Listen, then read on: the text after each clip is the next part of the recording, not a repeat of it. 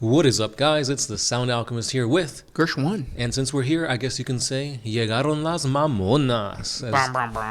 As today, we're going to be answering more questions in another For the Greater. This is a video series where we answer the questions left by you, the viewer. If you have a question for us, comment down below. Put a question in front of your question because we get to those questions first. And if you guys want to help support us even more, instead of just sending questions, of course, you can like, comment, share, and hit us up on our Patreon page. But if you want to help us directly, super thanks is the way to do it. It's right there on the channel, and you can donate, and we'll get to your question guaranteed. Right. And that's exactly what Fola has done.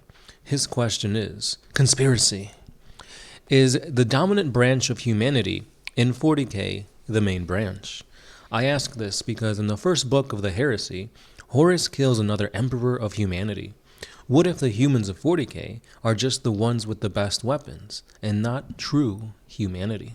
You are right in the sense that, like, they are not us because we don't have navigators, we don't have psychers, we don't have all that stuff. I thought you were going to say they are not us because we are not them. Yeah, I mean, kind of.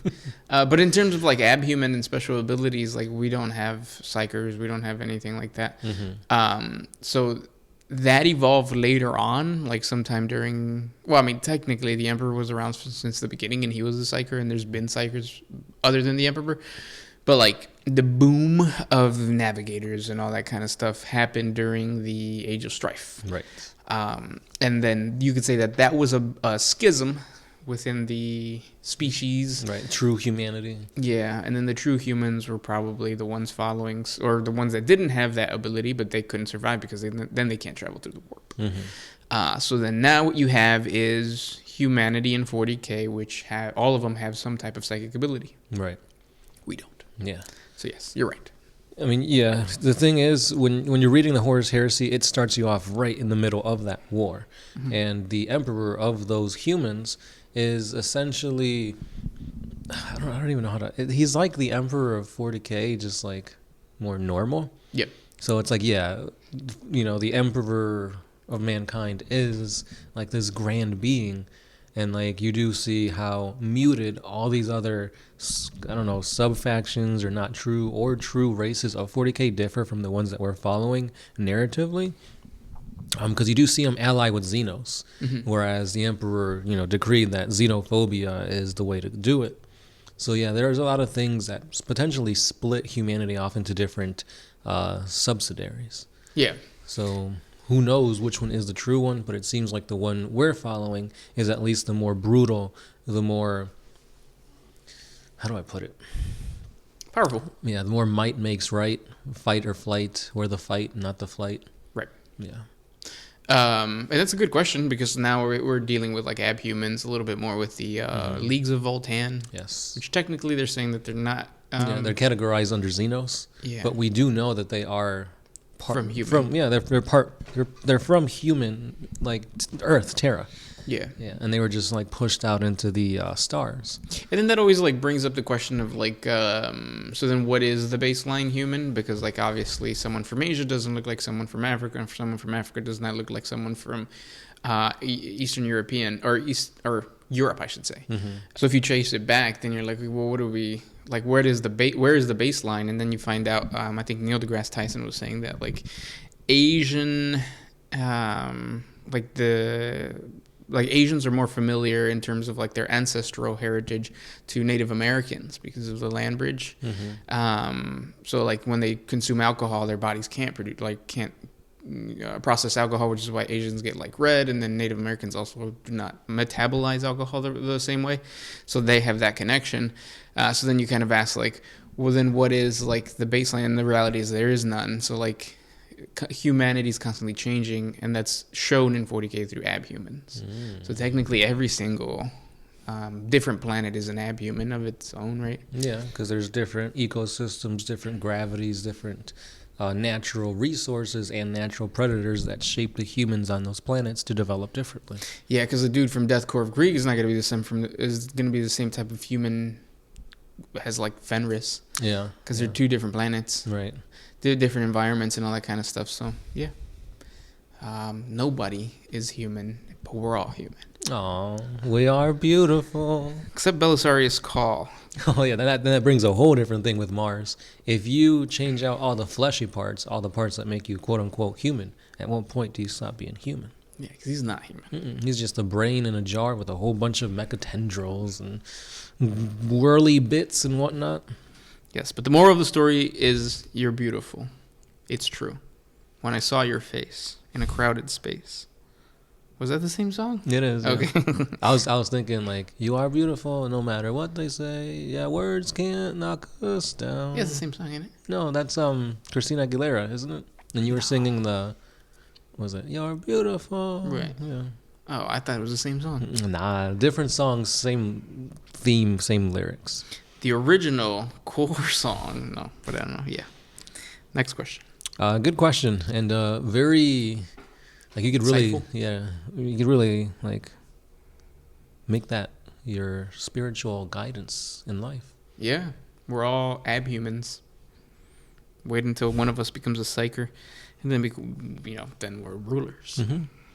Twist Jane says, how old are actually the Chaos Space Marines from the Horus Heresy, like Bio or Typhus? We know that time in the warp doesn't really work the same as in real space, but are they 10,000 years old, or maybe 1,000? How old are they? That's a good point, but they do come back into real space. Mm-hmm. So that's a weird thing too, because whenever time travel or time dilations come into play, nothing makes sense.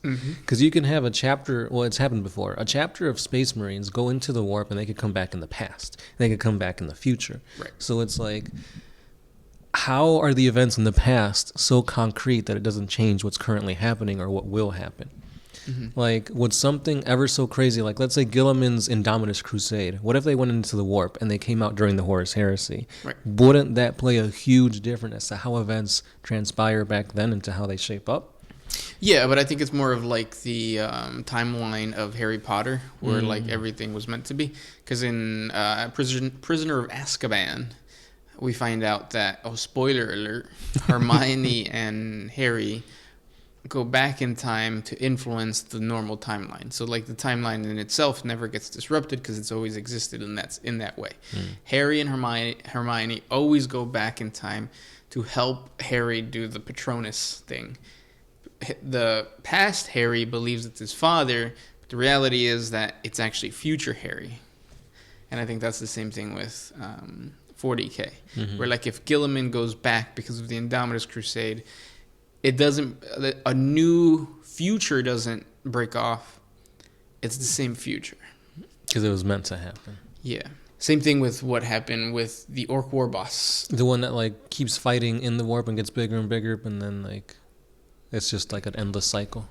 No, the one that like went into the warp, time traveled back, wanted a copy of his favorite gun. That one, yeah.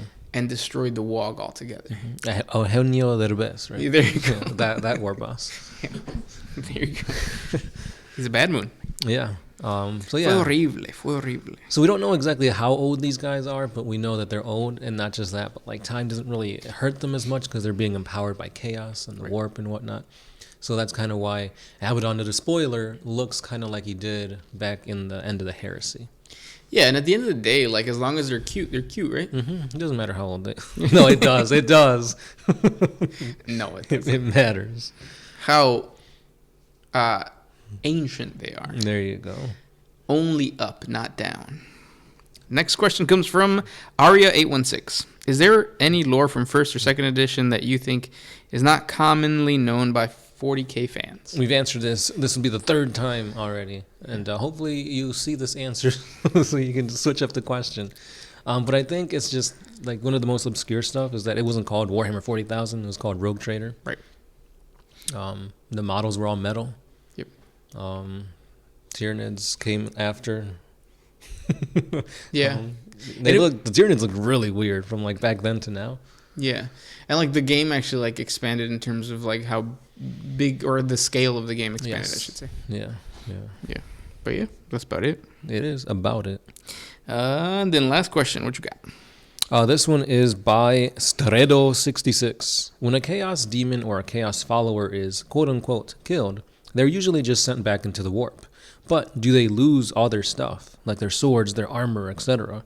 Because I read somewhere that when a demon is killed, that's what happens solely to the body, but it depends on the killer's beliefs. Is this true? Thank you, Gersh Nunn and Sound Atavist. Yeah, when a demon dies, everything the demon has, whether it looks to be material or not, is banished. It's banished, yeah, because it's warp stuff. Right. Because if it's a Khorne bloodletter, they've got that like Hellblade, and that also poofs into the warp.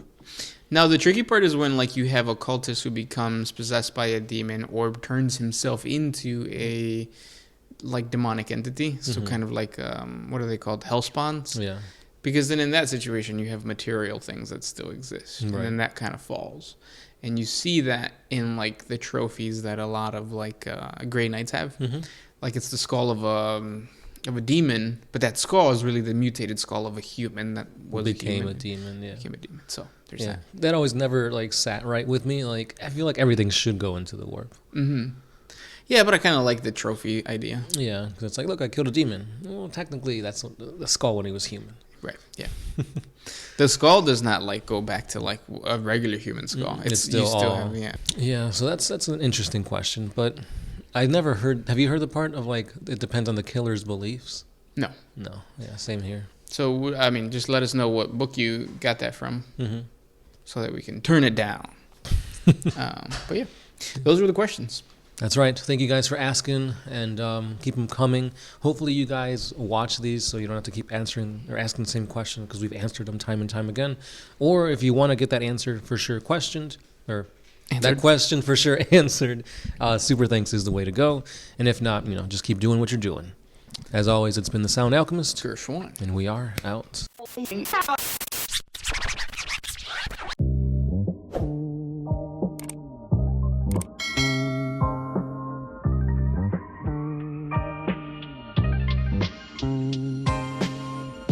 Always used to put my freedom first in any situation.